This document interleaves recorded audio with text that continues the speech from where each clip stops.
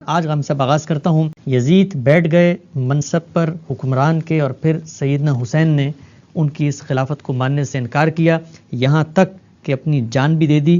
عام طور پہ سمجھا جاتا ہے کہ ان کی یہ جان دینے ہی کے بعد اسلام زندہ ہوتا ہے کربلا کے بعد.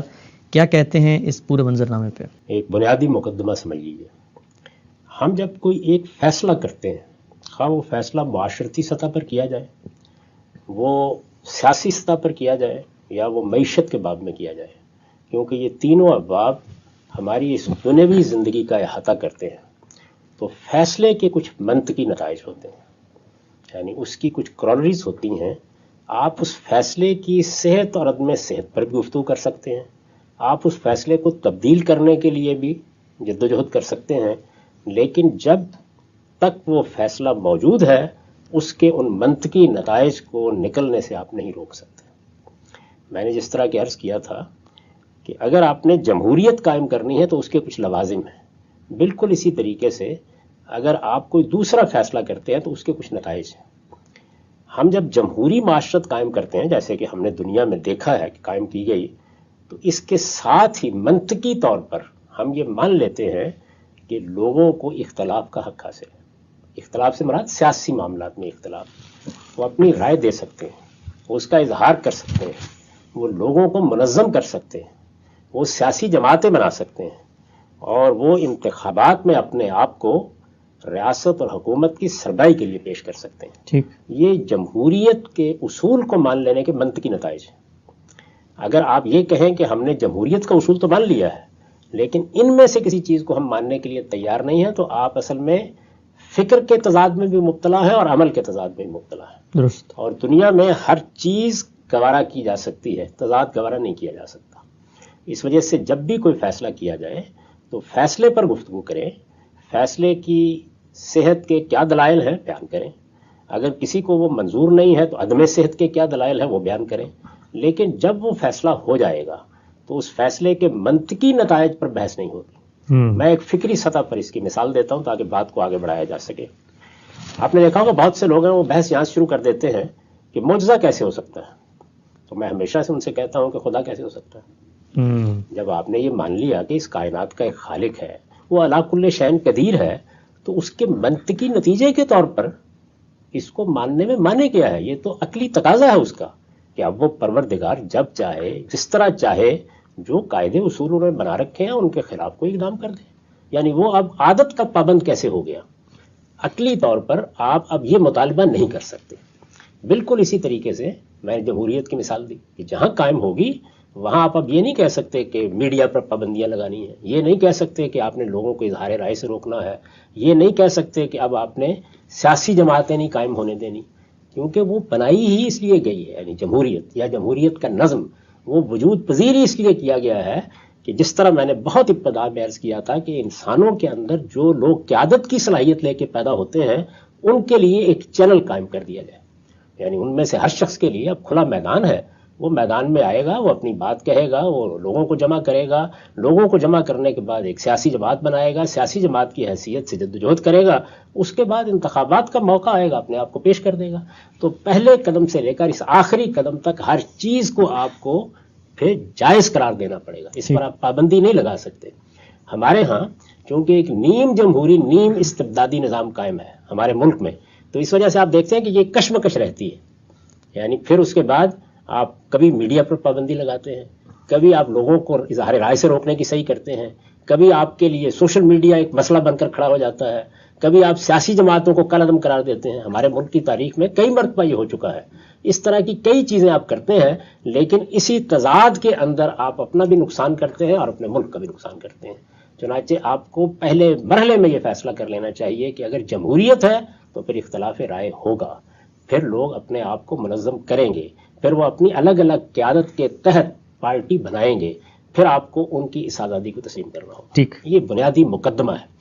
اب اگر آپ نے اس کے بالکل برخلاف جمہوریت کے بجائے ملوکیت کا فیصلہ کر لیا ہے، یا آپ نے آج کے زمانے میں جیسے ہمارے ہمسایہ ملک چین میں ہے یہ فیصلہ کر لیا ہے کہ ایک پارٹی کی آمریت قائم کر دی جائے گی، تو اب ان میں سے جو فیصلہ بھی آپ کریں گے اس کے پھر نتائج.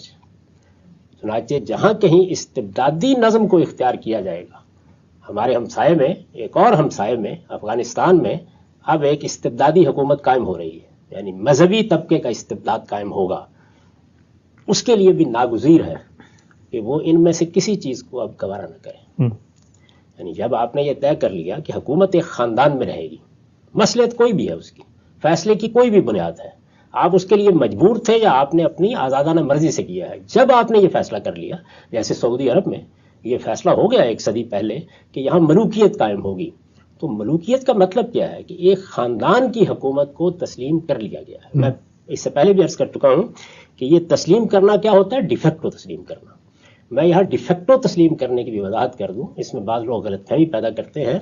یعنی ہم کہتے ہیں کہ مارشل لا لگ گیا ہے، یہ ناجائز ایک نام ہے، اس میں دستور توڑ دیا گیا ہے. لیکن جب یہ لگ گیا ہے تو اس کے بعد کیا بیوروکریسی کام نہیں کرے گی؟ کیا نیچے کی افواج کام نہیں کریں گی؟ کیا آپ پاسپورٹ لینے کے لیے کسی دفتر میں نہیں جائیں گے؟ کیا انہی لوگوں کے ذریعے سے جاری ہونے والے حدود قیود کے مطابق معاملات نہیں کریں گے؟ ٹیکس پے کریں، آپ ان کے مطالبے پر ٹیکس ادا نہیں کریں گے؟ یعنی اگر آپ یہ نہیں کریں گے تو یہ در حقیقت بغاوت کا ارتکاب ہوگا. تو ڈیفیکٹو کا مطلب یہ ہوتا ہے کہ ہم ایک حکومت کو نہ تو یہ کہہ رہے ہیں کہ وہ جائز ہے، نہ یہ کہہ رہے ہیں کہ وہ مشروع طریقے پر قائم ہوئی ہے، لیکن اس کا بالفعل نظم مانا جائے گا. اس وقت جب یہ مان لیا جائے گا کہ افغانستان میں ایک حکومت قائم ہو گئی ہے اور یہ حکومت جمہوری طریقے سے قائم نہیں ہوئی، تو اب اس کے لازمی نتیجے کے طور پر آپ یہ تسلیم کریں گے نا کہ وہ حکومت اب قانون سازی کرے گی، وہ اس قانون کا نفاذ کرے گی، وہ مجرموں کو سزائیں دے گی، وہ اپنے خلاف کسی اٹھنے والے کے خلاف بھی اقدام کرے گی. یہ سب چیزیں ہوں گی. اس وقت بھی آپ نے دیکھا کہ جیسے ہی کابل پر قبضہ ہو گیا اور پھر ایک گروہ نے ایک وادی میں اس کو قبول کرنے سے انکار کر دیا، پھر ایک اقدام کیا گیا نا.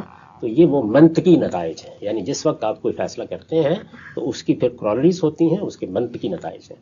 ملوکیت جہاں بھی قائم کی جائے گی وہاں آپ کو علم میں، فکر میں، سائنس میں 1000 سہولتیں حاصل ہوں، جو کہنا ہے کہیں، جو کرنا ہے کریں، لیکن سیاسی معاملات میں آزادی نہیں دی جا سکتی. اچھا، اس لیے کہ سیاسی معاملات میں آزادی دینے کے معنی یہ ہے کہ آپ نے ایک دوسرے نظام کے لیے راہ کھول دی. تو یا تو وہ دوسرے نظام کے لیے راہ کھولی، یعنی آپ کی قوت ایجاد وہ ادارے بنائے، اس کا کوئی نظم قائم کیجئے جیسے کہ دنیا نے قائم کیا ہے اور قائم کر کے دکھایا ہے. اگر یہ نہیں ہے تو سیاسی اختلافات پھر لازمی طور پر ممنوع قرار دینے پڑیں گے، یعنی ان کا راستہ نہیں کھول سکتے. اس وقت کی دنیا میں دیکھ لیجیے، سیاسی اختلاف کو چین قبول نہیں کرتا، یعنی وہ اس کو قبول نہیں کرے گا کہ لوگ اٹھ کے اس وقت جو نظم حکومت چل رہا ہے اس پہ تنقید شروع کر دیں، اس میں لوگوں کو منظم کرنا شروع کر دیں، اس پر سیاسی جماعتیں بنانا شروع کر دیں. نہیں قبول کرے گا نا. یہ ساری چیزیں ممنوع ہوں گی. مارشل لا آتا ہے، سب سے پہلے سیاسی جماعتوں کو کالعدم قرار دیتا ہے، اس لیے کہ سیاسی جماعت پیدا ہی یہاں سے ہوتی ہے کہ آپ یہ مانتے ہیں کہ اللہ تعالیٰ نے جو دوسرے لوگ پیدا کیے ہیں، باصلاحیت لوگ قوم میں پیدا ہوتے رہتے ہیں، قیادت کے اہل بھی پیدا ہوتے رہتے ہیں، ان کا حق ہے کہ وہ جدوجہد کریں، ان کا حق ہے کہ وہ لوگوں کی رائے لیں. تو دنیا نے جمہوریت کے ذریعے سے اصل میں فطرت کے اس اصول کو روبہ عمل ہونے کا موقع دیا ہے. یعنی اب یہ کچھ بھی مشکل نہیں ہوتا. ہمارے ملک میں آپ دیکھیں بہت غیر معمولی صلاحیتوں کے بعض لوگ تھے جو اٹھے، انہوں نے خیال کیا کہ قوم انہیں بھی قبول کر لے گی، پارٹیاں بنا لی. افتخار چودھری صاحب نے پارٹی بنائی، نور خان صاحب نے پارٹی بنائی، اصغر خان صاحب نے پارٹی بنائی، ڈاکٹر قدیر صاحب نے پارٹی بنائی. اسی طریقے سے کچھ جدوجہد ذرا نچلے درجے میں ہمارے ایک سپہ سالار نے بھی کی. تو یہ سب معاملات ہوتے رہے، لیکن جو جمہوریت کا اپنا نظام ہے اس میں کیا ہوا؟ اس میں یہ ہوا کہ وہ پارٹیاں نہیں چل سکیں، لوگوں میں پذیرائی نہیں ہوئی. سیاست اور قیادت کے لیے محض یہ کافی نہیں ہوتا کہ آپ بہت باصلاحیت ہیں، آپ پاکستان کے چیف جسٹس رہے ہیں، آپ نے فوج کی قیادت کی ہے. اس کا اصلی انحصار اس پر ہوتا ہے کہ لوگ آپ کے بارے میں کیا رائے قائم کرتے ہیں. تو یہ اس کی کرونری ہے. تاہم ان لوگوں کو بھی آپ نے پورا موقع دیا کہ وہ اپنی جماعتیں بنائیں اور ان جماعتوں کا نظم قائم کریں اور اس کے ساتھ چلیں. لیکن یہ موقع آپ سعودی عرب میں نہیں دیتے، یہ آپ چین میں نہیں دیتے، اس لیے کہ سیاسی اختلاف وہ ہو ہی نہیں سکتا. اگر وہ ہوگا تو ملوکیت نہیں چل سکتی، پارٹی کی آمریت نہیں چل سکتی، مارشل لا کی بنیاد پر فوج کی حکومت نہیں چل سکتی. اس وقت بحث یہ نہیں ہے کہ جائز طریقہ کیا ہے، جائز طریقہ صرف ایک ہے، اور وہ طریقہ یہ ہے کہ حکومتیں امرهم شورا بینہم کے اصول پر قائم ہوں، جمہوری طریقے سے ان کا انعقاد کیا جائے، لوگ فیصلہ کریں کہ کس کو حکومت کرنی ہے اور لوگوں کی رائے سے محروم ہو کر حکومتیں ختم ہو جائیں. یہی مشروع طریقہ ہے، یہی صحیح طریقہ ہے، یہی جائز طریقہ ہے. اس طریقے کو چھوڑ کر جو طریقہ بھی آپ اختیار کریں گے آپ یہ نہیں کر سکتے کہ طریقہ تو وہ اختیار کر لیں اور پھر اس کی کرونریز کو ماننے سے انکار کر دیں، اس کے منطقی نتائج کو قبول نہ کریں. تو اس لیے جہاں ملوکیت قائم ہوگی وہاں پر آپ سیاسی سرگرمیوں کی اجازت نہیں دے سکتے. آپ کسی شخص کو کسے باشد جبریل امین بھی ہو زمین پر اتر آئے، آپ یہ حق نہیں دے سکتے. یہ اس کا لازمی نتیجہ ہے کہ اب وہ آ کے حکومت پر نقد شروع کر دے، وہ اس پورے نظم کو چیلنج کر دے، چیلنج کرنے کے بعد اپنی ایک سیاسی جماعت بنائے. یہ آپ اجازت نہیں دے سکتے. ٹھیک. تقوی کا کیا مقام ہے، شخصیت کا کیا مقام ہے، وہ ابو حنیفہ اور شافعی یا کچھ بھی ہے، لیکن سیاسی معاملات میں جب اس نظم کو آپ اختیار کر لیں گے تو پھر اس کے اس تقاضے کو بھی ماننا ناگزیر ہو جائے گا. اس مقدمے کو ذہن میں رکھیے. ٹھیک. اب یہ دیکھیے کہ رسول اللہ صلی اللہ علیہ وسلم کے بعد جو حکومت قائم ہوئی، معاف کیجیے گا،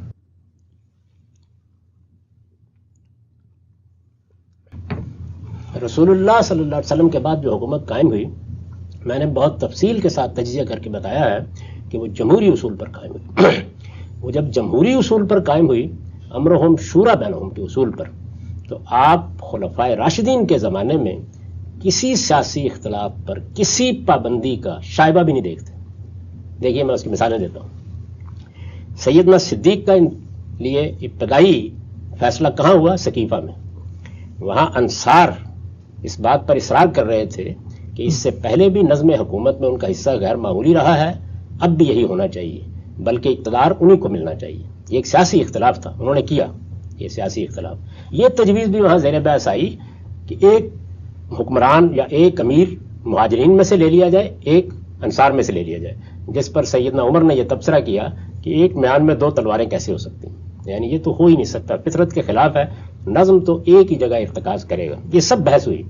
اس بحث کے بعد اتفاق رائے ہو گیا، یعنی رسالت میں آپ صلی اللہ علیہ وسلم کے فیصلے کا حوالہ دیا گیا.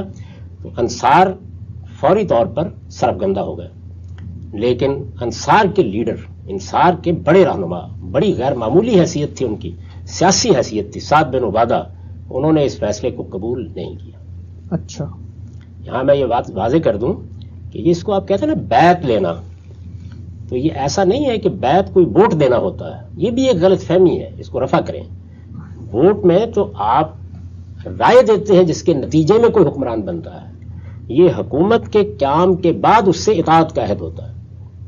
تو جب حکومتیں قائم ہوتی ہیں تو ایک اخلاقی مسئلہ ان کو پیش آ جاتا ہے نا کہ اب روز روز ان حکومتوں کو چیلنج کیا جائے گا، تو وہ اطاعت کا عہد لیتی ہیں. اس وقت بھی افواج پاکستان سے یا کسی بھی ملک کی افواج سے آپ یہ تقاضا کرتے ہیں کہ اس کا سپہ سالار یا افواج کے ذمہ دار لوگ یہ اطاعت کا عہد کریں. وہ کہتے ہیں کہ ہم اس آئین کی پابندی کریں گے. یہ کیا ہے اصل میں؟ یہ اصل میں جو نظم قائم کر دیا گیا ہے اس نظم کی اطاعت کا عہد ہے. قدیم زمانے میں یہ عہد بیعت کی صورت میں لیا جاتا تھا. ایسا بھی ہوتا تھا کہ ایک پوری جمعیت سے لوگ بیعت لے لیں، ایک پوری قوم سے لے لیں، لیکن زیادہ تر یہی ہوتا تھا کہ جو بڑے لیڈر ہیں ان سے یہ تقاضا کیا جاتا تھا کہ وہ عہد اطاعت کریں. یعنی یہ حکومت کے قیام کے بعد، جیسے ہمارے ہاں حلف لیا جاتا ہے، حلف ووٹ نہیں ہوتا، وہ ہم بعد میں اٹھاتے ہیں، بالکل اسی طریقے سے بیعت کا مطالبہ کیا جاتا تھا. تو آپ جانتے ہیں کہ جب سیدنا صدیق کا انتخاب ہو گیا تو اس کے بعد اگلے دن بیعت کا مطالبہ کیا گیا. لوگوں نے مسجد نبوی میں بیعت کی. اس کا مطلب تھا کہ حکومت کو تسلیم کر لیا گیا ہے، تمام لیڈرشپ اس کی اطاعت کرنے کے لیے تیار ہو گئی ہے. سعد بن عبادہ نے یہ بیعت نہیں کی، لیکن ان کے خلاف کوئی معمولی سا اقدام بھی نہیں کیا گیا.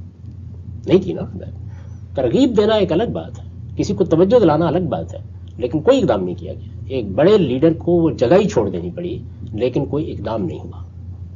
یہ آپ جانتے ہیں کہ سیدنا صدیق نے جب لوگوں نے حکومت کے اس اختیار کو چیلنج کیا جو ٹیکس لینے کے بارے میں ہے، یعنی زکوٰۃ دینے سے انکار کیا، تو کس قدر سخت ایکشن لیا ہے، جو اپنی جگہ ایک تاریخی اقدام بن گیا، لیکن یہاں کسی قسم کا کوئی اقدام نہیں کیا. اسی طریقے سے سیدنا فاروق کا عہد تو خیر ایسا تھا کہ اس میں کسی نے سر نہیں اٹھایا، لیکن سیدنا عثمان کے زمانے میں کیا ہوا؟ لوگوں کو ان سے اختلاف ہوا، انہوں نے خطوط لکھے، جگہ جگہ سے اکٹھے ہوئے، کسی قسم کا کوئی اقدام کیا گیا؟ جب وہ اکٹھے ہو رہے تھے اس وقت بھی کوئی اقدام نہیں کیا گیا. جب وہ مختلف جگہوں پر لوگوں کو اپنا قائل کر رہے تھے، کہیں بصرے میں اور کہیں وہاں اور کہیں یہاں، کسی قسم کا کوئی اقدام نہیں کیا گیا. وہ مدینے میں آ گئے، یعنی یہاں تو یہ خیال ہوتا ہے کہ اقدام ہونا چاہیے تھا، اس وقت بھی نہیں کیا گیا. وہ آ کے مسجد نبوی میں تقریریں کرتے رہے، پھر بھی کوئی اقدام نہیں کیا.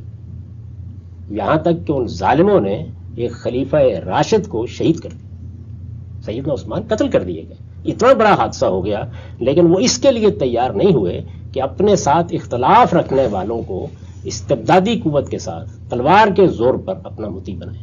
یعنی بات ہوتی رہی، مذاکرات بھی ہوتے رہے، سمجھانے بجانے کا معاملہ بھی ہوتا رہا. میں یہاں یہ عرض نہیں کر رہا کہ اس حد تک جو انہوں نے نرمی برتی وہ درست تھی یا نہیں.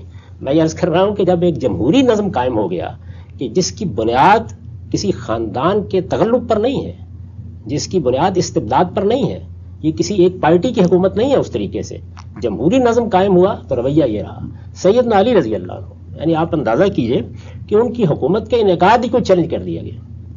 لوگ اس پر گفتگو کر رہے ہیں، وہ خط و کتابت کر رہے ہیں، وہ اپنے دلائل دے رہے ہیں، وہ بات کر رہے ہیں.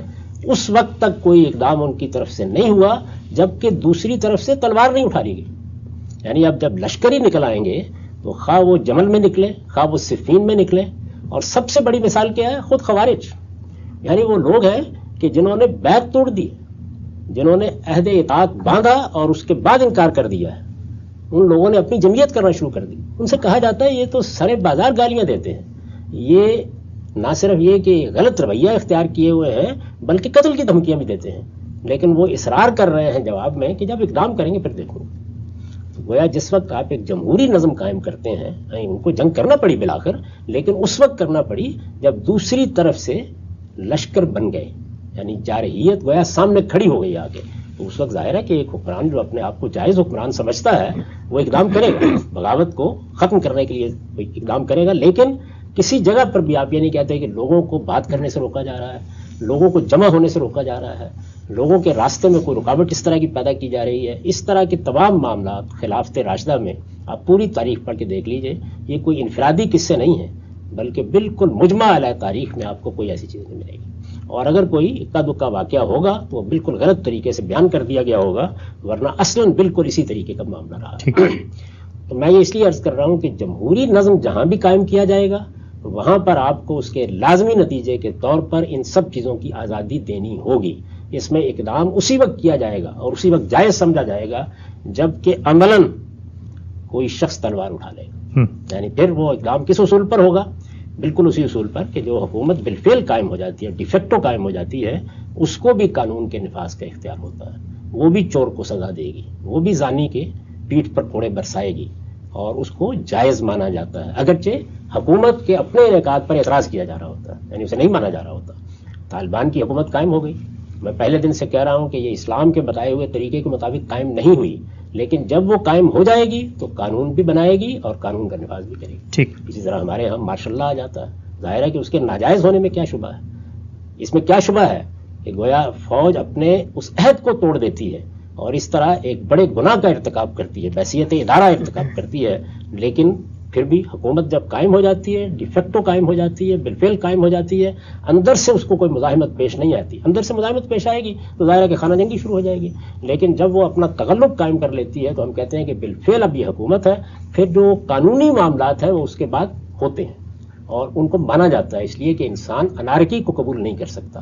یہ وہی اصول ہے کہ جب آپ نے ایک چیز کی بنیاد کو قبول کر لیا تو پھر اس کے نتائج کو بھی قبول کریں گے. ٹھیک. یعنی اگر آپ نے ایک حکومت کو ڈیجورو نہیں مانا لیکن ڈیفیکٹو قبول کر لیا تو ڈیفیکٹو قبول کرنے کا مطلب یہ ہے کہ اب یہ اختیار اس کو حاصل ہو گیا ہے کہ وہ قتال بھی کرے گی، وہ جہاد بھی کرے گی، وہ نظم و نسق بھی قائم کرے گی، وہ مختلف نوعیت کے اقدامات بھی کرے گی، قانون سازی بھی کرے گی، قانون ساز کے حیثیت سے اپنے اقدامات کو نافذ بھی کرے گی. تمام چیزیں اس کے لازمی نتیجے کے طور پر ہوں گی. تو جب آپ ملوکیت قائم کرتے ہیں تو میں نے یہ عرض کیا ہے کہ اس کا بھی ایک لازمی نتیجہ ہے کہ آپ اختلاف نہیں گوارا کیے، سیاسی اختلاف. پھر عرض کر رہا ہوں کہ سیاسی اختلاف نہیں گوارا کیا جاتا.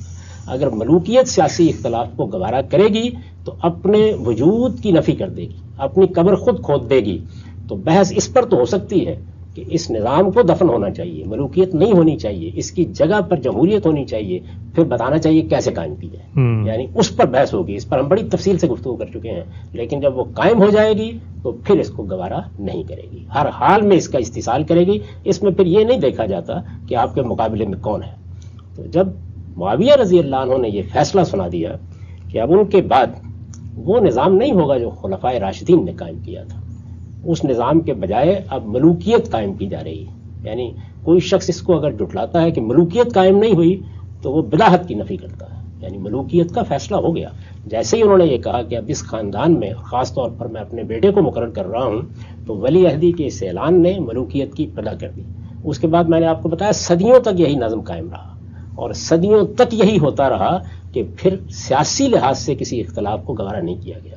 یعنی گوارا کرنے کی وہی نوعیت ہے کہ اگر کوئی ایسا قابل لحاظ نہیں ہے تو صرف نظر کر لیا, لیکن اصلاً حکومت یہی سمجھتی ہے جو ملوکیت کی بنیاد پر قائم ہو کہ اس چیز کی اجازت نہیں دی جا سکتی کہ لوگ حکومت کے اس نظم کو چیلنج کریں, یعنی زبانی سے بے شک چیلنج کریں, لوگوں کو اس کی دعوت دیں, اور حوصلہ مند لوگ جن کو اللہ تعالیٰ نے قیادت کی صلاحیت دی ہوتی ہے وہ اپنے پیروکاروں کو منظم کر کے اس کے مقابلے میں آئیں.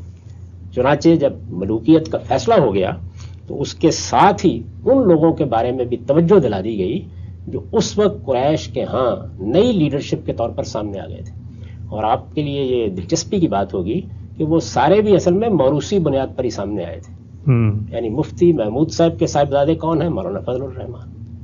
بلاول بھٹو صاحب کس کے صاحبزادے ہیں؟ آپ جانتے ہیں. مریم ہو یا شہباز شریف ہو یا کوئی اور ہو, یہ سب چیزوں سے واقف ہے نا جی.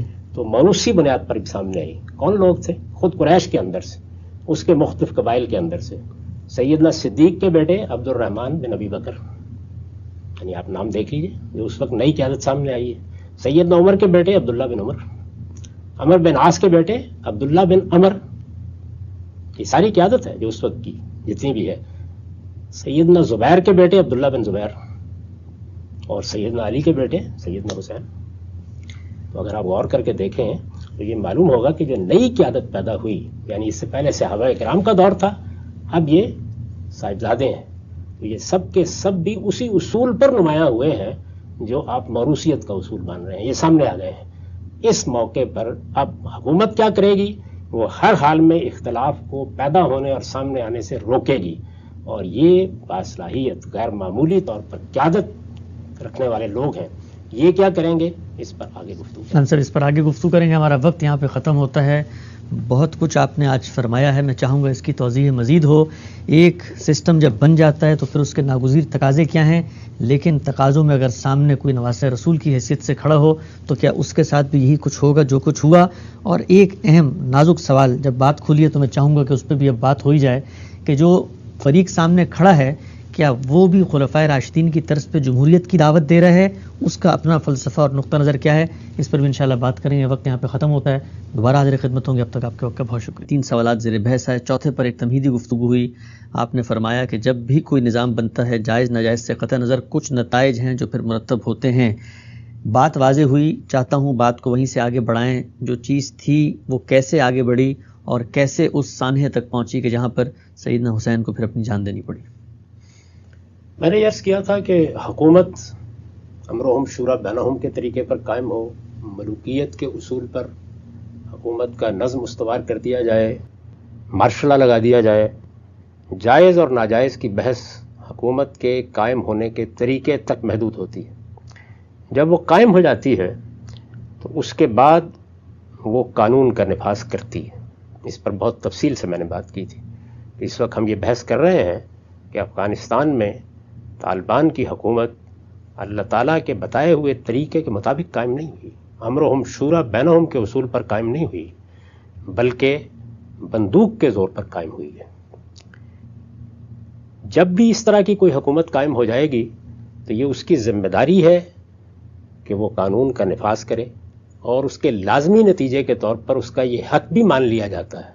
یعنی اگرچہ وہ ڈیفیکٹو حکومت ہوتی ہے, بالفعل حکومت ہوتی ہے, اس کے قائم ہونے کے طریقے پر گفتگو جاری رہتی ہے, لیکن اس کا یہ حق مان لیا جاتا ہے کہ وہ قانون کا نفاذ کرے, وہ امن و امان قائم کرے, وہ لوگوں کی حق تلفی کا ازالہ کرائے, وہ لوگوں کی جان مال آبرو کی حفاظت کرے. یہ مان لیا جاتا ہے. چنانچہ جو کچھ بھی ہوا اس سانے کو پہلے حکومت کے زاویے سے دیکھیے. 2 فریق ہیں. ہم جب کسی معاملے کو مذہبی بنا لیتے ہیں تو پھر سوچنے سمجھنے کا انداز بالکل مختلف ہو جاتا ہے. سیاسی معاملات کو پہلے سیاست کی بساط پر رکھ کے سمجھنا چاہیے. حکومت قائم ہو جاتی ہے تو میں نے عرض کیا کہ پہلے حکومت کے زاویے سے دیکھیے. اس نے جب یہ فیصلہ کر لیا کہ اب یہ ایک خاندان کی حکومت ہے, ملوکیت کے اصول پر قائم ہوئی ہے, اسی اصول پر آگے جاری رہے گی, تو وہ یہ تقاضا کرے گی کہ پوری مملکت میں جو لوگ بھی ہیں یا پوری سلطنت کہیے اس میں جو لوگ بھی ہیں وہ اس کے اس فیصلے کو قبول کر لیں. میں نے گزارش کی تھی کہ اسی کو بیعت لینے سے تعبیر کیا جاتا ہے. اس زمانے میں یہی طریقہ تھا کہ بیعت لی جائے گی، یعنی لوگوں سے تقاضا کیا جائے گا کہ وہ حکومت کے ساتھ عہد اطاعت کریں. یہ کیوں ضروری ہوتا ہے؟ اس لیے ضروری ہوتا ہے کہ لوگوں کو اخلاقی طور پر اس بات کا پابند کر دیا جائے کہ وہ حکومت کے خلاف بغاوت کا اقدام نہ کریں، ایسا کوئی انتشار یا اختلال پیدا نہ ہو. تو اسی مقصد کے لیے جو حکومت قائم ہو گئی اس نے اپنے عمال مقرر کیے جن کو آج ہم گورنر سے تعبیر کر سکتے ہیں، اور جگہ جگہ انہیں ہدایت کی کہ جو ذمہ دار لوگ ہوں، قبائل کے سردار ہوں، ایسے لوگ ہوں کہ جن سے یہ توقع ہو سکتی ہے کہ وہ کوئی اختلال پیدا کر دیں، ان سے بیعت یا عہد اطاعت کا مطالبہ کیا جائے. ٹھیک. چنانچہ اسی اصول پر یہ مطالبہ کیا گیا، یعنی اسی اصول پر کہ سقیفہ میں ایک بات پر اتفاق ہو گیا ہے، اس کا اعلان کر دیا گیا ہے، اب لوگ عہد اطاعت کریں. میں یہ عرض کر چکا ہوں کہ اس غلط فہمی کو دور کر لیں، پھر دہرا رہا ہوں، بیعت کوئی ووٹ دینا نہیں ہوتا. یہ حکومت قائم ہو جاتی ہے تو اس سے عہد اطاعت باندھنے کا اس زمانے کا طریقہ ہے. یہ دیکھا ہوگا آپ نے کہ جب طالبان کی حکومت قائم ہوئی ہے تو وہ بھی آپس میں ایک دوسرے سے بیعت لے رہے تھے، یعنی اسی پرانے طریقے کو زندہ کر رہے تھے. تو بیعت کا مطلب کیا ہے کہ اب یہ مطالبہ کیا جا رہا ہے کہ یہ حکومت قائم ہو گئی ہے، اس نے ہر مزاحمت کا خاتمہ کر دیا ہے، اب اس کے نظم کو قبول کر لیا جائے. میں پھر وہی عرض کروں گا کہ بالفعل ظاہر ہے کہ ڈی جیور و زیر بحث تو الگ سے معاملہ رہتا ہی ہے، لیکن بالفعل اس کو قبول کر لیا جائے. تو اس حکومت نے جب یہ مطالبہ کیا اور جگہ جگہ یہ مطالبہ سامنے آیا تو بالعموم اسے قبول کر لیا گیا. یعنی لوگوں نے عہد اطاعت باندھنا شروع کر دیا.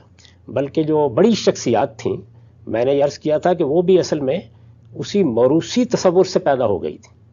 یعنی پہلے مرحلے میں اگر سیدنا صدیق نمایاں ہوئے تو اپنے ایمان و اخلاص کی بنیاد پر نمایاں ہوئے، اپنی غیر معمولی شخصیت کی بنیاد پر نمایاں ہوئے. سیدنا عمر ہوئے تو اسی طریقے سے ہوئے. لیکن اب جو لوگ تھے وہ اصل میں اپنی شخصیت بھی رکھتے ہوں گے اور اپنے خصوصیات کے بھی حامل ہوں گے، لیکن اس کے ساتھ بہرحال وہ اسی موروثی بنیاد پر نمایاں ہو گئے. سیدنا صدیق کے صاحبزادے میں نے عرض کیا تھا عبد الرحمن بن ابی بکر تھے. سیدنا عمر کے صاحبزادے عبداللہ بن عمر تھے. عمر بن العاص کے صاحبزادے سیدنا عبداللہ بن عمر تھے، عمر بن العاص کے صاحبزادے. اسی طریقے سے سیدنا حسین سیدنا علی کے صاحبزادے ہیں، اور حضرت زبیر کے سیدنا زبیر کے صاحبزادے عبداللہ بن زبیر ہیں. تو یہ نمایاں شخصیات ہیں. تو میں عرض کر رہا تھا کہ عام طور پر اس کو قبول کر لیا گیا. اسی طرح کا مطالبہ مدینے میں سیدنا حسین سے کیا گیا. انہوں نے گریز کا رویہ اختیار کیا، یعنی جس مجلس میں بلایا گیا اس سے وہ گریز کر گئے.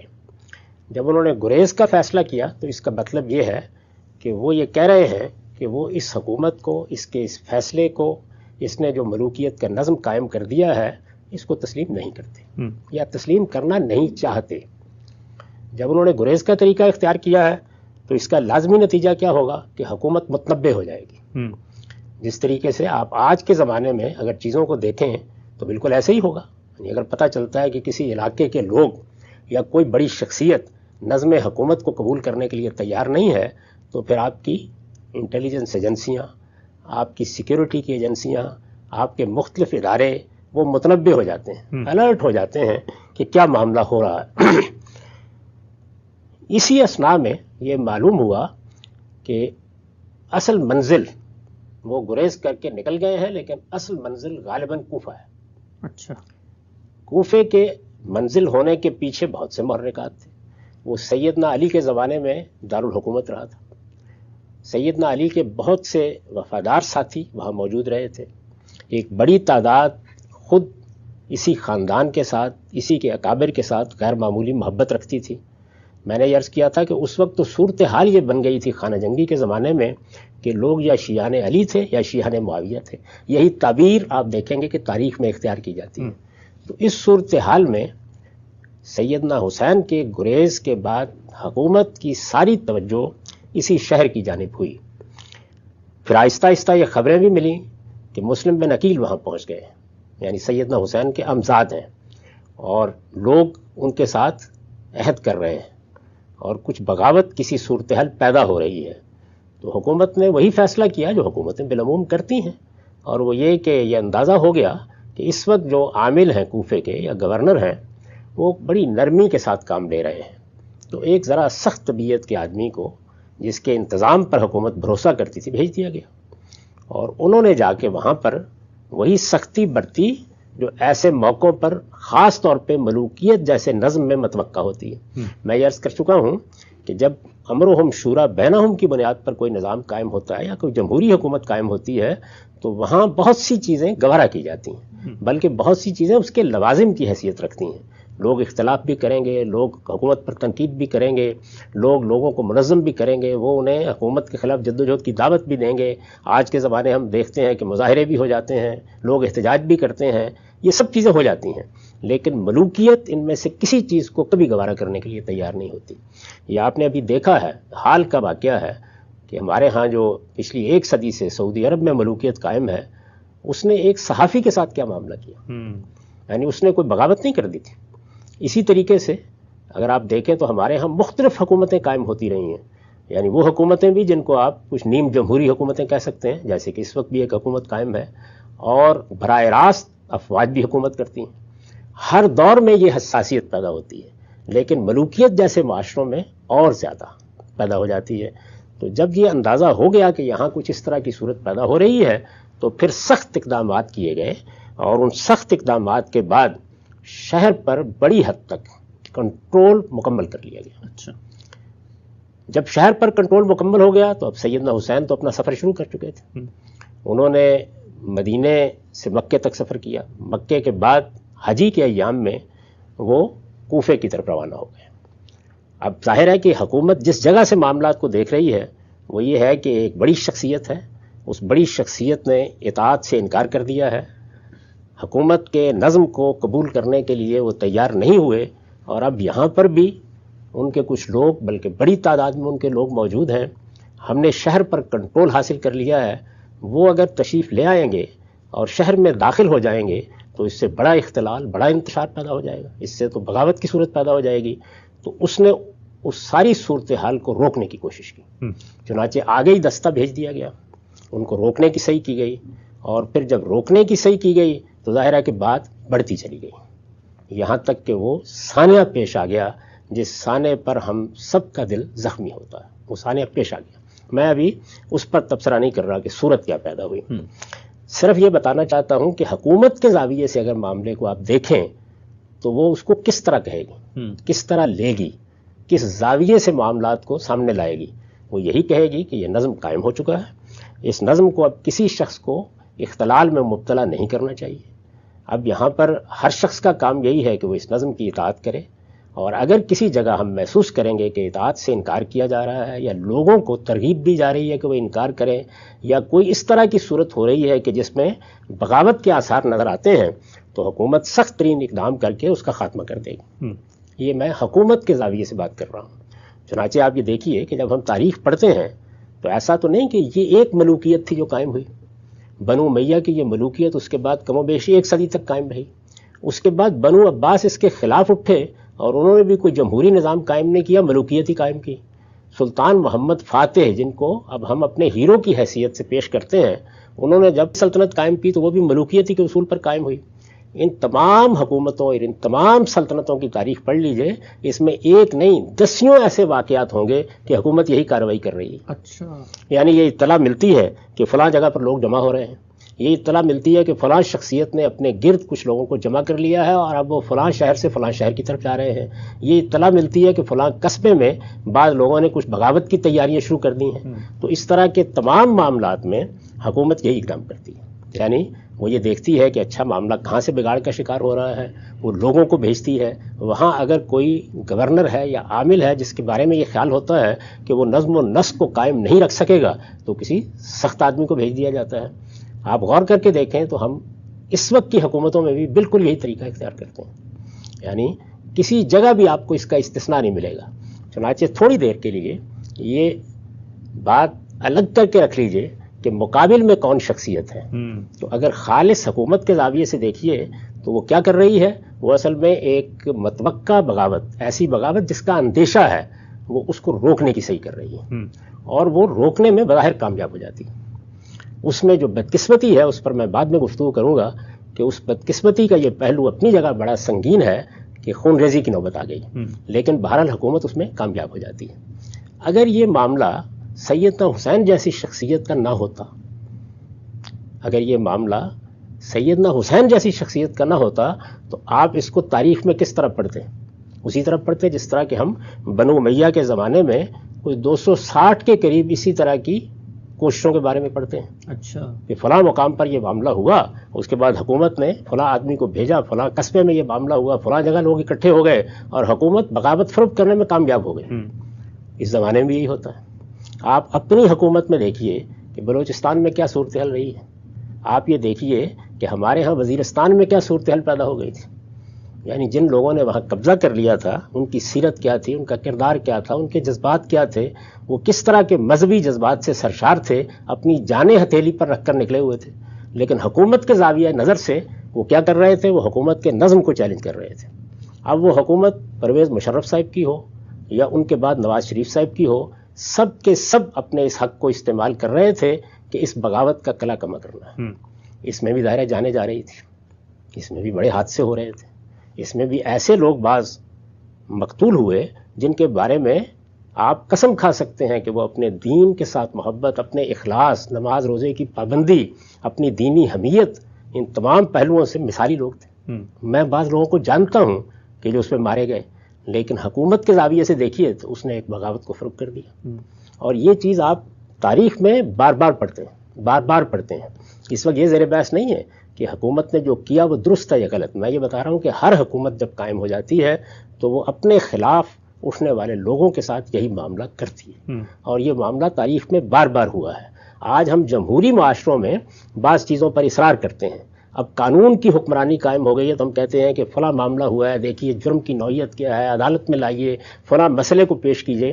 لیکن اگر حکومتوں کی تاریخ پر آپ کی نگاہ ہے تو آپ خواہ عثمانیوں کی تاریخ پڑھ لیں، خواہ آپ بنو عباس کی تاریخ پڑھ لیں، خواہ آپ ہسپانیہ میں امیوں کی تاریخ پڑھ لیں، آپ یہاں مغلوں کی تاریخ پڑھیں. عالمگیر کو ہم کہتے ہیں کہ ترکش مارا خدنگ آخری، اقبال نے خراج تحسین پیش کیا ہے. عالمگیری کی تاریخ پڑھ لیں. یعنی جب کبھی بھی اس طرح کے آثار کہیں نمودار ہوتے ہیں کہ بر صغیر کے کسی علاقے میں کوئی سر اٹھا رہا ہے، حکومت کو چیلنج کر رہا ہے، تو عالمگیر کی حکومت امرهم شورا بینہم کے اصول پر قائم نہیں ہوئی تھی. یہ حکومت بھی ایک ملوکیت ہی تھی. تو اس کو آپ جب حکومت کے زاویے سے پڑھ رہے ہوتے ہیں یا اپنی سلطنت کے زاویے سے پڑھ رہے ہوتے ہیں تو ایسے تمام واقعات میں آپ خراج تحسین پیش کرتے ہیں. آپ کا لب و لہجہ بالکل مختلف ہوتا ہے. آپ یہ کہتے ہیں کہ عثمانیوں نے جگہ جگہ بغاوتیں ہو رہی تھیں لیکن ان کو فروغ کر دیا، انہوں نے اپنا نظم بحال کر دیا، انہوں نے ہر لحاظ سے امن و امان قائم کر دیا. یہ حکومت کا یا حکومتوں کا زاویہ ہے کسی بھی ایسے معاملے کو دیکھنے کا. یعنی میں اپنا زاویہ نظر بیان نہیں کر رہا، وہ بعد میں بیان کروں گا. حکومتوں کا زاویہ ہر جگہ یہی ہوتا ہے، خواہ وہ بغاوت وزیرستان میں ہو، خواہ وہ بلوچستان میں ہو، خواہ وہ کسی دوسرے علاقے میں ہو، خواہ وہ ماضی میں ہو، وہ مغلوں کے ہاں ہو، وہ جمہوری حکومتوں میں ہو، وہ ملوکیت میں ہو. حکومت ہر اس طرح کے معاملے کو اسی زاویے سے دیکھتی ہے ہمیشہ، اور وہ جس چیز کو اپنا ہدف بناتی ہے وہ یہی ہوتا ہے کہ امن و امان بحال رہنا چاہیے، نظم حکومت کے خلاف کوئی آواز نہیں اٹھنی چاہیے، اور ہم نے جو نظم قائم کر دیا ہے سب لوگوں کو اس نظم کی اطاعت کرنی چاہیے. حکومت کے خلاف بغاوت کا تصور کرنا، بغاوت کے لیے اٹھنا، لوگوں کو بغاوت کی ترغیب دینا یا اپنی ذات میں فساد پیدا کرنا ہے. اس لیے اس کا کلا کما کیا جائے گا اور اس کے لیے اقدامات بھی کرنا ہوں گے. اس وقت جو حکومتیں قائم ہیں ان کو بھی اگر اس طرح کا کوئی چیلنج پیش آئے گا، وہ پاکستان کی حکومت ہو، آپ دیکھیں گے یہی کرے گی اور یہی اس نے کیا. اس وقت جو طالبان کی حکومت قائم ہو رہی ہے اس کو سب سے پہلا چیلنج پیش آ گیا. یہ آپ جانتے ہیں کہاں پیش آیا؟ وادی پنجشیر میں. تو آپ نے دیکھا کہ اس نے بالکل یہی طریقہ اختیار کیا، یعنی اسی طریقے سے مذاکرات کرنے کے لیے بھی نہیں بیٹھے، حملہ کیا ہے. اس میں جانی نقصان ہوئے ہیں. حکومتیں جب اس طرح کا اقدام کرتی ہیں تو وہ اس اصول پر کرتی ہیں، اس جگہ پر کھڑے ہو کر کرتی ہیں، اس منطق کے ساتھ کرتی ہیں، اس استدلال کے ساتھ کرتی ہیں، اور یہ دنیا کی ہر حکومت کرتی ہے. یعنی اس وقت بھی کسی اقدام کی صحت اور عدم صحت زیر بحث نہیں ہے، بلکہ جو بات بتانا مقصود ہے وہ یہ ہے کہ حکومت کے زاویے سے اگر کھڑے ہو کر آپ دیکھیں تو وہ اس طرح کی کسی چیز کو جب وہ قائم ہو جاتی ہے تو گوارا نہیں کرتی اور ہمیشہ اس کا خاتمہ کرنے کی جدوجہد کرتی ہے. اس کی پوری کوشش ہوتی ہے کہ یہ سب صلح و صفائی کے ساتھ مذاکرات کے ذریعے سے ہو جائے، لیکن اگر ایسا نہ ہو تو پھر بندوق بھی اٹھتی ہے اور تلوار بھی نیام سے نکلتی ہے اور اس کے نتیجے میں خون ریزی بھی ہوتی ہے. ایک قطع کلامی کی چیز پوچھنا چاہتا ہوں اس موقع پہ، چونکہ جو پورا پس منظر اور سینیریو ہے آپ نے واضح کیا. مثال کے طور پہ یہ معاملہ تو ہوا، اس سے پہلے بھی جو معاملہ ہوا صفین کا، وہاں پر بھی تو دونوں فریق یہی سمجھ رہے ہیں نا کہ یہ ایک حکومت کو نہیں مان رہا لہٰذا اب اس کا خاتمہ ہوگا، تو وہاں پر بھی تو اقدام کی نوعیت ہی بن جاتی ہے. میں اس سے پہلے عرض کر چکا کہ سیدنا عثمان نے بلوائیوں کے خلاف اقدام نہیں کیا اور اس کے نتیجے میں، یعنی اگرچہ اس کے پیچھے بہت اچھی نیت، بہت اچھا محرک تھا کہ میں اپنی حکومت کی مدافعت میں پیغمبر کے شہر میں خون ریزی نہیں ہونے دوں گا، بہت اچھا محرک تھا، لیکن یہ مذہبی جذبے سے پیدا ہونے والا محرک تھا. سیاسی لحاظ سے اگر آپ دیکھیں تو انہیں اقدام کرنا چاہیے تھا. ان کے اقدام نہ کرنے کے جو نتائج نکلے اس میں پھر ہر جگہ خون ریزی ہوئی اور مسلمان جس راستے پر چل رہے تھے وہ راہ بھی کھوٹی ہو کے رہ گئی اور خانہ جنگی کی ایک صورت پیدا ہو گئی. تو اقدامات ہونے چاہیے تھے. یہ میں اس سے پہلے عرض کر چکا کہ سیدنا صدیق نے اسی طرح کا سخت ترین اقدام کیا تھا مانعین زکوٰۃ کے خلاف. تو حکومت جب اس کی رٹ کو چیلنج کر دیا جائے، کوئی شخص ماننے کے لیے تیار نہ ہو، وہ کوئی بڑی سے بڑی شخصیت ہو، اس موقع پر اسی جگہ سے معاملہ کرتی ہے. ہر حکومت اسی جگہ سے معاملہ کرے گی. یعنی اس کے اقدام کی صحت، اس کا عدم صحت، اس حکومت کا جواز، اس کا عدم جواز، یہ الگ بحث ہے، وہ ہم بڑی تفصیل کے ساتھ کر چکے ہیں.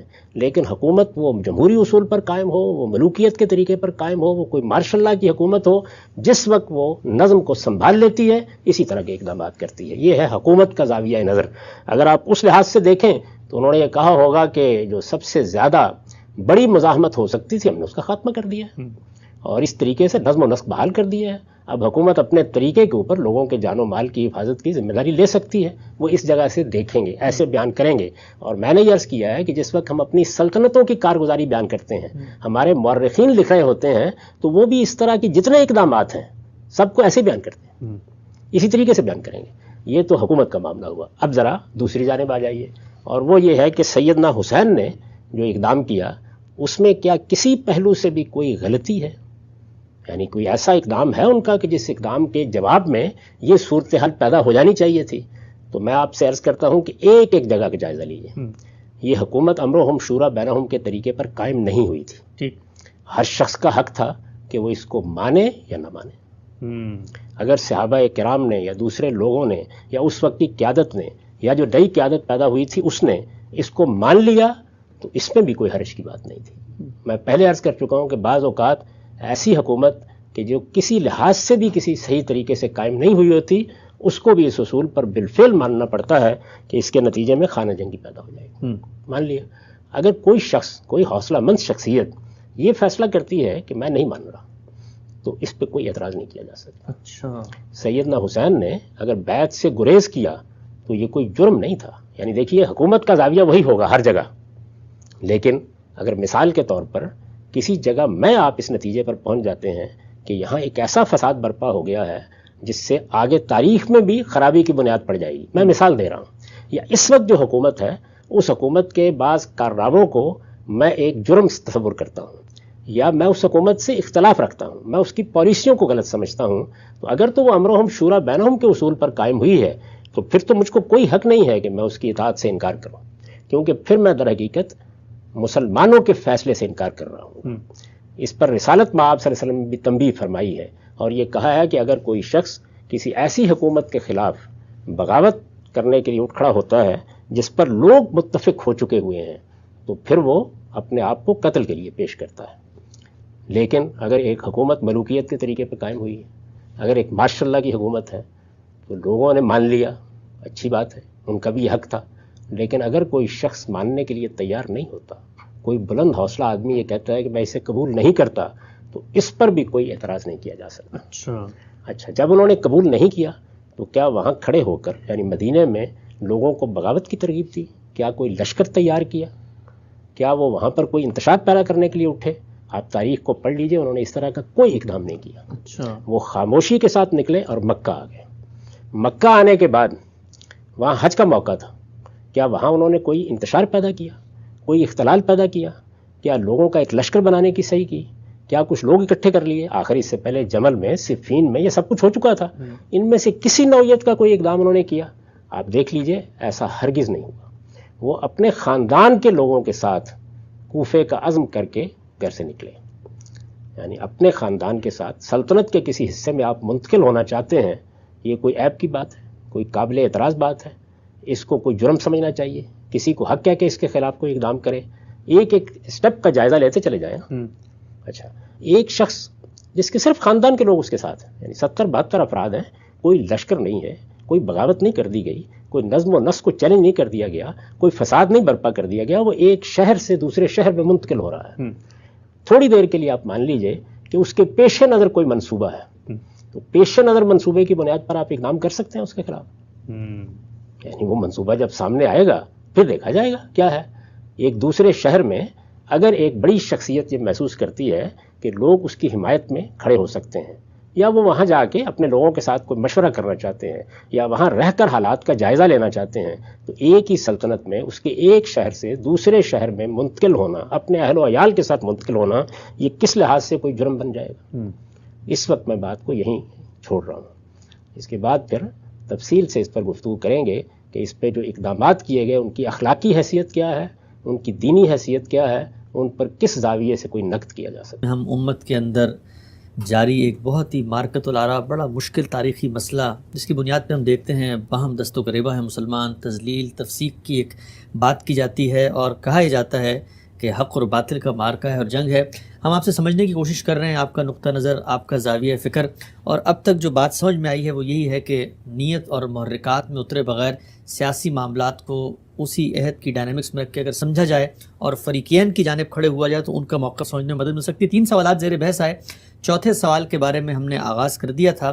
میں چاہتا ہوں کہ آج ہم براہ راست اس سوال پر آئیں، اور جو پچھلی تمہیدی گفتگو تھی اس سے جوڑ کر آپ بتائیے کہ جس وقت یزید کو خلافت کے منصب پر بٹھا دیا گیا، حکمران بن گئے، اور سیدنا حسین نے ان کی اس حیثیت کو ماننے سے انکار کیا، تو اس کے بعد جو سانحہ رونما ہوا اس کی دینی، اخلاقی، سیاسی حیثیت، اثرات، نوعیت کیا ہے؟ کیا کہتے ہیں آپ؟ آپ کے سوال کے جواب میں نے کچھ تمہیدی گفتگو کر دی تھی، اور یہ بتایا تھا کہ ایک تو زاویہ حکومت کا ہے۔ ہر حکومت یہی چاہے گی کہ وہ قائم ہو گئی ہے، اور وہ جب قائم ہو جاتی ہے تو اپنے آپ کو صحیح سمجھتی ہے، تو وہ اپنا دفاع کرے گی، وہ اپنی رٹ قائم کرے گی۔ اگر کوئی شورش ہوگی، کہیں کوئی بغاوت کے آثار ہوں گے، تو اس کا استحصال کرنے کی صحیح کرے گی۔ اس میں بعض اوقات سخت اقدامات کی ضرورت بھی پڑ جاتی ہے، اور میں نے یہ عرض کیا تھا کہ اگر ہم حکومتوں کی تاریخ پڑھیں، وہ بنو امیہ کی ہوں، بنو عباس کی ہوں، عثمانیوں کی ہوں، مغلوں کی ہوں، تو آپ کو جگہ جگہ یہ ذکر ملے گا کہ فلاں علاقے میں فلاں جگہ پر اس طرح لوگ جمع ہو رہے تھے، فلاں شخص نے کچھ تحور کا مظاہرہ کیا، یہ معلوم ہوا کہ حکومت کو کوئی چیلنج درپیش ہو رہا ہے، تو اس طرح کے اقدامات کیے گئے، اور شورش یا بغاوت کے اثرات وہ ختم کر دیے گئے۔ تو حکومت کی طرف سے یہ چیزیں شب و روز ہوتی ہیں۔ میں نے یہ عرض کیا تھا کہ خود ہمارے ساتھ یہ معاملہ ہو چکا ہے، یعنی دین کی بنیاد پر بعض لوگوں نے بغاوت کا ارتکاب کیا، بہت قتل و غارت ہوئی، اور پھر اس کے بعد خود پاکستان کی افواج کو ان کے خلاف کارروائی کرنا پڑی، اور اس کارروائی میں سے ایک مرحلے کو ہم نے ضرب عضب کا نام دیا، دوسری کو رد فساد کا نام دیا، اور جن لوگوں کے خلاف کارروائی کی گئی ان کے ریاست کے خلاف یا سیاسی لحاظ سے جو کچھ بھی جرائم ہوں وہ آپ گنوا سکتے ہیں، لیکن ان کا جذبہ بالکل مذہبی جذبہ تھا۔ وہ یہ کہتے تھے کہ ہم تو یہاں اسلامی نظام قائم کرنا چاہتے ہیں، اللہ کی شریعت کی حکومت قائم کرنا چاہتے ہیں، لیکن حکومتیں اس پہلو سے نہیں دیکھتی، وہ تو ہر حال میں اپنی رٹ قائم کریں گی۔ اور یہ وہ چیز ہے کہ جس کے بارے میں کبھی دو رائے نہیں ہوتی، یعنی یہ بات مانی جاتی ہے کہ کسی بھی حکومت کو جب وہ قائم ہو جاتی ہے تو یہ حق حاصل ہے۔ اس کے مقابل میں جو لوگ اٹھتے ہیں، ظاہر ہے کہ ان کا موقف دیکھا جاتا ہے، یعنی وہ کیا کہہ رہے ہیں، انہوں نے کیا اقدام کیا ہے، وہ مقابل میں فی الواقع اٹھے بھی ہیں نہیں، معاملہ کسی فساد پر پہنچ گیا ہے یا وہ اپنی ابتدائی صورت میں ہے۔ تو میں نے یہ عرض کیا تھا کہ اس کو ایک طرف رکھیے، اور اب ہم سیدنا حسین کے اقدام کو دیکھتے ہیں۔ جی، اس کی ابتدا میں نے اس جانب توجہ دلائی تھی کہ اس وقت صحابہ کرام کی اولاد میں سے، بلکہ صحیح تعبیر یہ ہوگی کہ جو قیادت پیدا ہوئی، جیسے سیدنا صدیق تھے، جیسے سیدنا عمر تھے، جیسے عمر بن العاص تھے، جیسے خود معاویہ رضی اللہ عنہ ہیں، جس طرح سیدنا علی رضی اللہ عنہ تھے، تو انہی کی اولاد ہے جو نمایاں ہو رہی تھی، اور ان کے نام بھی میں نے آپ کو گنوا دیے تھے۔ ان میں عبداللہ بن عمر ہیں، ان میں عبد الرحمن بن ابی بکر ہیں، ان میں ان کے بیٹے یزید ہیں، اسی طریقے سے عمر بن عاص کے بیٹے عبداللہ بن عمر اور لوگوں کو بھی آپ گنوا سکتے ہیں۔ تو یہ کوئی 5-7 کے قریب لوگ تھے جو صحابہ کرام میں جو بڑے لیڈر ہو گئے، ان کی اولاد کی حیثیت سے اب نمایاں ہو رہے تھے۔ ظاہر ہے ان میں اپنے خصائص بھی ہوتے ہیں، اس کے بغیر کوئی نمایاں نہیں ہوتا، لیکن جو تعارف ان کا اصل تعارف تھا وہ ظاہر ہے کہ ان کے جلیل القدر آبائی کی وجہ سے تھا۔ تو یہ صورتحال تھی۔ اس میں اب جب معاویہ رضی اللہ عنہ نے یہ فیصلہ سنا دیا کہ وہ اب ملوکیت کا نظم قائم کر رہے ہیں، میں اس جانب پھر توجہ دلا دوں کہ لوگ اس کو ایک شخص کی جانشینی کے طور پر دیکھ رہے ہیں، میں اس کو ایسے نہیں دیکھتا۔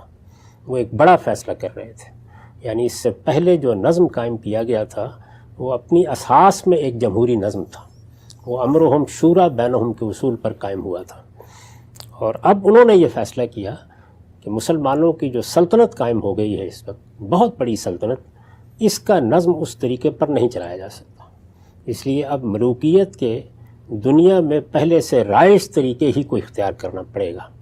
تو یہ در حقیقت ایک شخص کی جانشینی کا یا اپنے بیٹے کو جانشین بنانے کا محض فیصلہ نہیں تھا، بلکہ یہ ایک نظام، ایک دوسرے نظام کو جاری کرنے کا فیصلہ تھا۔ یہ فیصلہ کوئی آسمانی وحی نہیں تھی، اس سے لوگ اختلاف کر سکتے تھے۔ سیدنا حسین نے اس سے اختلاف کیا، میں نے آپ سے عرض کیا تھا کہ انہوں نے اس فیصلے کو نہیں مانا۔ کسی دینی، کسی اخلاقی اصول کے لحاظ سے آپ اس پہ اعتراض نہیں کر سکتے۔ اچھا، جس میں میں نے آپ کو بتا دیا تھا کہ اگر تو حکومت امرہم شورا بینہم کے اصول پر قائم ہوئی ہے، لوگوں نے اس کا انتخاب کیا ہے، یا جو طریقہ بھی آپ نے لوگوں کی رائے لینے کا اپنے زمانے کے لحاظ سے پسند کیا اس کے مطابق حکومت بنی ہے، تو پھر تو کسی شخص کو بھی اس سے اس طرح کے اختلاف کا حق نہیں ہے۔ یعنی اس کی پالیسیوں سے اختلاف ہوگا، اس کے اقدامات سے اختلاف ہوگا، لیکن اس کے وجود سے اختلاف کی کوئی گنجائش نہیں ہے۔ جب آپ اس بنیاد پر حکومت نہیں قائم کر رہے، وہ کسی اور اصول پر قائم کر رہے ہیں جس میں لوگ فیصلہ نہیں کر رہے، تو پھر مجھے بھی حق حاصل ہے کہ میں اس سے اختلاف کروں، آپ کو بھی حق حاصل ہے۔ لیکن ڈیفیکٹو تو مانا جائے گا نا؟ ڈیفیکٹو ماننا تو طے ہے۔ اس کی وجہ یہ ہے کہ جب ایک حکومت قائم ہو گئی ہے تو اس وقت جب تک میں بغاوت نہیں کرتا میں ڈیفیکٹو مانتا ہوں اس کو، یعنی اس کے جتنے اقدامات ہوتے ہیں وہ قانونی مانے جاتے ہیں، اس کی عدالتیں فیصلے کرتی ہیں۔ مجھے حکومت سے جو معاملات درپیش ہوتے ہیں ان میں ظاہر ہے میں حکومت سے مدد بھی لیتا ہوں، اور اسی طریقے سے وہ سب چیزیں کرتا ہوں جو ہم مارشاء اللہ کے زمانے میں بھی کرتے ہیں۔ ڈیفیکٹو کا مطلب یہ ہے، لیکن کیا اس سے یہ بھی لازم آتا ہے کہ جیسے ہی ڈیفیکٹو حکومت ہو جائے تو پھر مجھے اعتراف کر لینا چاہیے کہ یہ حکومت جائز بھی ہو گئی ہے یا یہ صحیح بھی ہو گئی ہے؟ تو سیدنا حسین نے سیدنا معاویہ کے اس فیصلے کو قبول نہیں کیا۔ ٹھیک، معاف کیجیے۔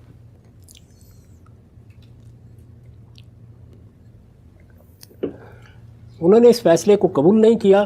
میرے نزدیک وہ اس کا حق رکھتے تھے، وہ اگر اس پر برملا تنقید کرتے، لوگوں کو یہ کہتے کہ یہ غلط فیصلہ ہوا ہے، اس پر بھی ان کے خلاف کوئی کارروائی اخلاقی لحاظ سے جائز نہ ہوتی۔ یہ تنقید کا حق ہر شخص کو حاصل ہے، اور ہم مسلمانوں کے ہاں تو یہ ایک فریضہ بن جاتا ہے۔ ہمیں تو یہ بتایا گیا ہے کہ ایسے ہر موقع کے اوپر ہمیں حق کی شہادت دینی ہے۔ تو اس وجہ سے معاملہ دین کا ہے، معاملہ اخلاقی ہے، معاملہ کسی تدبیر اور سیاست کا ہے، وہ چونکہ سب لوگوں سے متعلق ہے، کسی کا شخصی معاملہ نہیں ہے، اور میں سمجھتا ہوں کہ یہ بنیادی طور پر غلط ہے یا فرعی طور پر غلط ہے، تو میرا حق ہے کہ میں اس پر تنقید کروں، شائستگی کے ساتھ بتاؤں اس میں کیا غلطی ہے۔ تو پہلا مرحلہ کیا ہے کہ مجھے اس سے اختلاف ہے، اختلاف ہے تو کوئی شخص بھی اس کو جرم نہیں قرار دے سکتا۔ سیدنا حسین نے اختلاف کیا۔ دوسرا مرحلہ کیا ہے، میں اس پہ تنقید کروں، میں یہ کہوں کہ میں اس کو نہیں مانتا، میں لوگوں کو بتاؤں، اس کو بھی کسی لحاظ سے غلط نہیں کہا جا سکتا۔ لیکن انہوں نے یہ کام بھی نہیں کیا۔ مدینے میں وہ تھے، ان سے بیعت کا تقاضا کیا گیا۔ میں یہ عرض کر چکا ہوں کہ بیعت ووٹ دینے کا عمل نہیں ہے جیسے کہ لوگ سمجھتے ہیں۔ یہ جب حکومت قائم ہو جاتی ہے تو وہ اطاعت کا عہد لیتی ہے لوگوں سے، یہ قدیم طریقہ تھا، آج کے زمانے میں اس کی صورتیں بدل گئی ہیں۔ تو عہد اطاعت لینے کے احکام تمام گورنروں کو دیے گئے کہ وہ عہد اطاعت لیں، اور ہر جگہ لوگوں سے عہد اطاعت کا مطالبہ کیا جا رہا تھا۔ اس کی بہت سی تفصیلات آپ کو تاریخ میں مل جائیں گی. مدینہ میں سیدنا حسین سے بھی یہ مطالبہ کیا گیا. میں نے یہ لفظ استعمال کیا تھا کہ انہوں نے گریز کیا اس سے. اس میں جو واقعہ بیان ہوا ہے میں اس کو ابھی موضوع نہیں بنا رہا. یعنی انہوں نے گریز کیا اور خاموشی کے ساتھ وہاں سے نکل گئے. وہاں سے وہ مکہ آئے. ایک بڑی شخصیت ہے, ان کی ایک حیثیت بھی ہے. مکے میں لوگ حج کے لیے آئے ہوئے تھے, حج کے ایام تھے. وہاں آ کے وہ یہ کر سکتے تھے کہ وہ لوگوں سے بات کرتے, وہ کوئی خطبہ بھی دیتے, وہ اپنا نقطہ نظر بھی پیش کرتے, وہ شدید تنقید بھی کرتے. یہ سب چیزیں بھی اگر وہ کرتے تو ان میں سے کسی اقدام پر بھی اخلاقی لحاظ سے کوئی اعتراض نہیں ہوتا. اچھا. لیکن انہوں نے یہ بھی نہیں کیا. اور اس کے بالکل برخلاف ایک دوسری اسکیم اپنے پیش نظر رکھی, اور وہ اسکیم یہ تھی کہ چونکہ ان کے گرامی قدر والد سیدنا علی رضی اللہ عنہ کوفہ میں مقیم رہے تھے, اور وہاں ان کے بہت سے ہمدرد اور ان کے نقطہ نظر کی تائید کرنے والے ان کے ساتھی, جن کو اس زمانے میں عربی زبان کی اصطلاح کے لحاظ سے, آج کے زمانے کی اصطلاح کے لحاظ سے نہیں, شیعان علی کہا جاتا تھا. تو ایک بڑا گروہ ان کا خیال تھا کہ وہاں موجود ہے. ان کی طرف سے کچھ خطوط بھی ان کے پاس تھے کہ وہ ان کا ساتھ دینے کے لیے تیار ہیں. تو انہوں نے بڑی صحیح اسکیم اپنے سامنے رکھی کہ بجائے اس کے کہ وہ حرمین کو کسی انتشار میں مبتلا کریں. یعنی آپ یہ دیکھیے کہ سیدنا عثمان نے مدینہ کی حرمت کو قائم رکھنے کے لیے جان دے دی. میں نے یہ عرض کیا تھا کہ ان کے اس اقدام پر نقد کیا جا سکتا ہے تدبیر کے لحاظ سے, لیکن یہ کتنا غیر معمولی اور کتنا پاکیزہ جذبہ ہے. تو سیدنا حسین نے بھی اس کا پورا خیال رکھا. یعنی نہ انہوں نے کوئی انتشار یا فساد مدینہ میں برپا کرنا چاہا, نہ مکے میں ایسا کوئی اقدام کیا. ان کا خیال تھا یہ ایک بالکل سیاسی اقدام ہے, تو مجھے حرمین سے باہر جا کر اس کے لیے سوچنا چاہیے. اور اس میں کوفے سے بہتر کوئی جگہ نہیں ہو سکتی تھی. اگر آپ حکمت عملی کے لحاظ سے بھی دیکھیں کہ چونکہ وہ ان کے والد کا دارالحکومت بھی رہا تھا, وہاں ان کے بہت سے جاننے والے بھی تھے, ان کے ساتھ محبت رکھنے والوں کی تعداد بھی تھی, اور وہاں سے اگر کسی ابتدا کسی اقدام کی جاتی تو اس میں حرمین کی حرمت پر بھی حرف نہ آتا. بہت اہم بات. یعنی یہ بڑی اہم چیز ہے جس کو ملحوظ رکھنا چاہیے. اس کا پورا لحاظ کرتے ہوئے وہ روانہ ہوئے. اب یہ نہیں ہے کہ کوئی لشکر لے کے روانہ ہوئے, کوئی فوج بنا لی انہوں نے اور اس کے بعد وہ حملہ کرنے کے لیے جا رہے تھے. وہ منتقل ہونا چاہتے تھے وہاں. اس سے پہلے انہوں نے اپنے بھائی مسلم بن عقیل کو بھیجا وہاں, یعنی اپنے عمزاد, اپنے چچا زاد بھائی کو اس مقصد کے لیے بھیجا کہ وہ بھی حالات کا جائزہ لیں, وہاں پہ دیکھیں کیسی حمایت ہے. یعنی اس میں کوئی شبہ نہیں کہ ارادہ یہی تھا. یہ نہیں ہے کہ ایک جگہ سے دوسری جگہ چلے جانا ہے. جب انہوں نے ایک فیصلے کو قبول نہیں کیا تو وہ اس پر غور کر رہے تھے کہ اب اس کا مقابلہ کیسے کیا جائے, صورتحال کیسے. یہ سوچنا بھی کوئی غلط بات نہیں. میں یہ عرض کر چکا کہ اگر تو حکومت امرهم شورا بینہم کے اصول پر قائم ہوئی ہے تو یہ سوچنا بھی غلط ہے.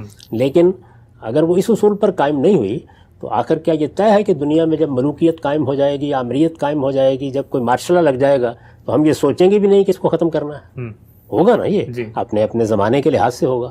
آج ہو سکتا ہے ہم اور طریقے سے سوچیں, اس زمانے میں اور طریقے سے سوچیں, تو یہ سوچنا بھی کوئی بری بات نہیں تھی. یہ ارادہ کرنا کہ میں وہاں جا کے حالات کا جائزہ لوں گا اور اس کے بعد یہ دیکھوں گا کیا اقدام کرنا ہے, اس میں بھی کوئی چیز قابل اعتراض نہیں ہے. تو وہ اپنے خاندان کے لوگوں کو, چند ساتھیوں کو جو ان کے ساتھ جانے کے لیے تیار تھے, وہ لے کے نکلے. یہ کوئی لشکر نہیں تھا, کوئی بغاوت نہیں تھی, ان میں سے کوئی چیز نہیں. اب اس کے بعد ظاہر ہے کہ حکومت پریشان بھی تھی. وہ یہ دیکھ رہے تھے کہ یہاں پر ان کے اثرات موجود ہیں. وہ یہ بھی دیکھ چکے تھے کہ مسلم بن عقیل کے آنے کے اوپر ان کا غیر معمولی استقبال لوگوں نے کیا ہے. تو حکومت کا اپنا ایک رد عمل ہے جس کی طرف میں عرض کر چکا کہ حکومتیں بالعموم اور جو ملوکیت یا استبداد کے اصول پر حکومتیں قائم ہوتی ہیں وہ ایسی حساس ہوتی ہیں. اس طرح کے آج بھی ایسا ہی ہے. یعنی سعودی حکومت بھی ایسے ہی کرے گی. تو حکومت جو کچھ کر رہی تھی وہ ہم پہلے عرض کر چکے ہیں کہ وہ اس کے اپنے دائرے میں ان اقدامات کے بارے میں بھی آپ کہہ سکتے ہیں کہ حکومتیں ایسے یہی کرتی ہیں. لیکن اگر آپ اخلاقی اصولوں کے اوپر دیکھیں تو ایک شخص یہ مان لیجئے کہ یہی ارادہ کر رہا ہے کہ اگر حالات سازگار ہوئے تو بغاوت کر دوں گا. تو اس میں بھی آپ کیا کر سکتے ہیں, زیادہ سے زیادہ بات کریں گے نا. اس نے تو ابھی اپنے اس ارادے کا کوئی برملا اظہار بھی نہیں کیا, صرف قرائن سے اندازہ لگائیں گے یہ ارادہ ہے. وہاں منتقل ہو رہے تھے. تو میرے نزدیک زیادہ سے زیادہ حکومت کو جو اخلاقی حق حاصل تھا وہ یہ کہ اس نے یہ خیال کیا کہ بغاوت ہو سکتی ہے, یہاں لوگ ان کے ساتھ نکل سکتے ہیں, بڑا خلفشار پیدا ہو سکتا ہے. حکومت کے زاویے سے میں عرض کر رہا ہوں. تو وہ سیدنا حسین کو وہاں آنے دیتی کیونکہ کسی شخص کے کسی دوسری جگہ آنے پر تو آپ پابندی نہیں لگا سکتے. آنے دیتی ہے اور وہ ظاہر ہے کہ کہیں آتے کہیں آ کے ٹھہرتے، کچھ لوگ ان کا استقبال کرتے. تو زیادہ سے زیادہ یہ ہے کہ شہر کو تو وہ کنٹرول کر چکے تھے، ان کو ان کے گھر میں نظر بند کر دیتے اور وہاں ان کے ساتھ مذاکرات شروع کر دیتے. جو سیاسی طریقے ہوتے ہیں اس کے برخلاف انہوں نے یہ کوشش کی کہ نہ صرف یہ کہ ان کو شہر سے باہر روک دیا جائے، بلکہ اس وقت تک شہر میں داخل نہ ہونے دیا جائے جب تک کہ وہ بیعت نہ کر لیں.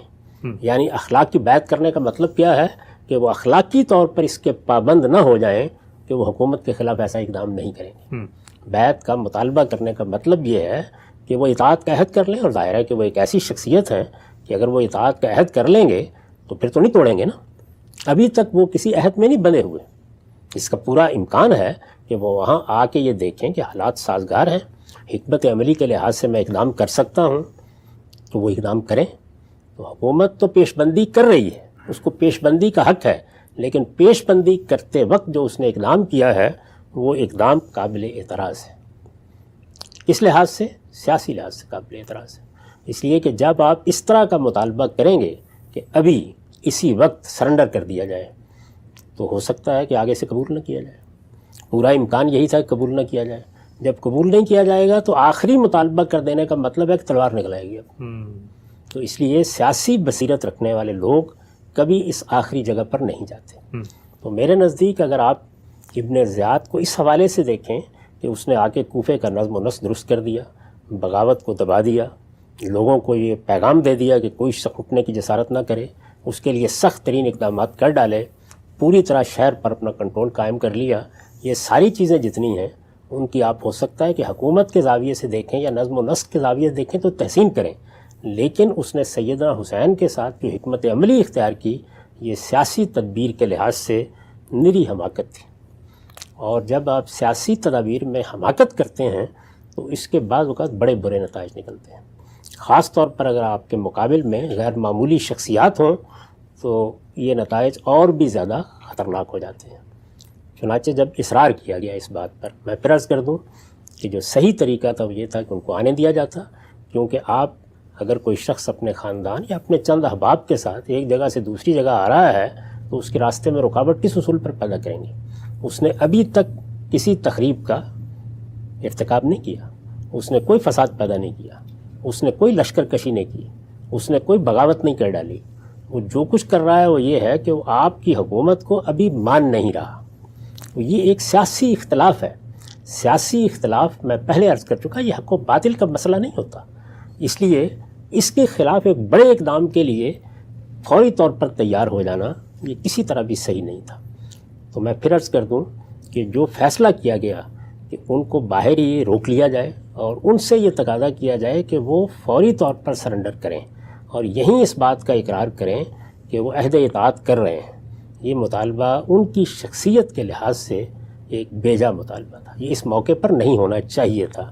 اور میں پھر عرض کر دوں کہ ایک لمبے مذاکرات بھی اگر چلتے رہتے اور وہ کوفہ مقیم رہتے، جب حکومت یہ جان چکی تھی کہ اس طرح کے اثرات موجود ہیں، جب یہ معلوم ہو گیا تھا کہ لوگوں کے دل بھی ان کے ساتھ جڑے ہوئے ہیں، جب یہ بات بھی واضح ہو گئی تھی کہ ہم نے پھر بھی کنٹرول کر لیا ہے، تو یہ کنٹرول جس طرح کا ہو گیا تھا اس میں ظاہر ہے زیادہ سے زیادہ آپ یہ کر سکتے تھے کہ جس گھر میں جس جگہ پر مقیم ہوں وہاں پر اپنا کنٹرول قائم کر لیں. اگر وہ صورت ہوتی اور ان کی طرف سے اقدام ہوتا تو ظاہر ہے کہ نوعیت بالکل تبدیل ہو جاتی. تاریخ بھی اس معاملے کو بالکل اور طریقے سے دیکھتی. معاویہ رضی اللہ عنہ نے سیدنا علی کی حکومت کو قبول کرنے سے انکار کر دیا تھا، ہم یہ گفتگو کر چکے ہیں، لیکن معاویہ رضی اللہ عنہ اپنے چند اہل و عیال کے ساتھ نہیں کھڑے تھے قصاص کا مطالبہ لے کے. وہ ظاہر ہے کہ ایک پورے علاقے کے حکمران تھے، لوگ اسی حیثیت سے ان کے ساتھ کھڑے تھے. انہوں نے گورنری سے دستبردار نہیں کر لیا تھا اپنے آپ کو، ایک لشکر، ایک جم غفیر ان کے ساتھ تھا. اس میں سیدنا علی نے ان کے خلاف اقدام کا فیصلہ کیا صفین میں، اور یہ معلوم ہے کہ حملے کی ابتدا سیدنا علی کی طرف سے ہوئی. لیکن اس کو دیکھیے تاریخ بالکل اور زاویے سے دیکھتی ہے. حالانکہ یہ بتایا جاتا ہے کہ اس جنگ میں 45,000 کے قریب لوگ ادھر سے شہید ہوئے اور 25,000 کے قریب لوگ ادھر سے شہید ہوئے. اگرچہ ایسی تعداد عام طور پر ہمارے یہاں تاریخ میں مبالغہ آمیز ہوتی ہے، لیکن پھر بھی کہا جا سکتا ہے کہ ہزاروں لوگ اس میں شہید ہوئے. اسی طرح کا معاملہ جنگ جمل کے موقع پر پیش آیا. وہاں بھی سیدنا علی اپنی حکومت کی ریٹی قائم کر رہے ہیں، یعنی جو حکومت قائم ہو چکی ہے اس کے خلاف اٹھنے والے لوگوں کے خلاف ہی اقدام کر رہے ہیں، لیکن خلاف اٹھنے والے لوگ ایک لشکر کی صورت میں ہیں، وہ اپنے مطالبے میں کھڑے ہیں جس طرح کے۔ یہاں کون سا معاملہ ہوا تھا؟ یہاں ان میں سے کوئی چیز نہیں ہوئی تھی۔ اس وجہ سے یہ شہادت ایک مظلومانہ شہادت بن گئی، اس پر ہر شخص کا دل زخمی ہوتا ہے۔ یہ آخری درجے کی حکومت کی طرف سے بے تدبیری تھی، ایسا نہیں ہونا چاہیے تھا۔ تاہم جو کچھ ہوا اس کو سیاست کے تاریخ سے اور سماجی حرکیات کے حوالے سے دیکھنا چاہیے۔ میں نے یہ کوشش کی ہے کہ لوگ اس طرح بھی چیزوں کو دیکھنا سیکھیں۔ جس وقت آپ ایک نظم قائم کرتے ہیں تو اس نظم میں یہ سب ہوتا ہے۔ میں نے مثال دی تھی کہ یہ بڑے نیک لوگ ہوں گے طالبان، یعنی علماء ہیں، زیادہ تر ملا لوگ ہیں جن کو افغانستان میں بڑی حیثیت حاصل ہوتی ہے، ہمارے ہاں بھی ہے، اور دینی مدارس کے طلباء ہیں جنہوں نے بنیادی قوت فراہم کی، لیکن جیسے ہی انہوں نے اقتدار سنبھالا انہیں معلوم ہوا کہ پنجشیر میں یہ صورتحال ہے تو اقدام کیا انہوں نے۔ حکومتیں اقدام کرتی ہیں، یہ اقدامات جب بھی کیے جائیں گے اخلاقی اصولوں پر ان کا ضرور جائزہ لیا جائے گا۔ وہ سعودی عرب کی حکومت ہو، آپ کے علم میں ہے کہ انہوں نے ایک صحافی کے خلاف اقدام کیا، پوری دنیا نے اس کے اوپر تنقید کی۔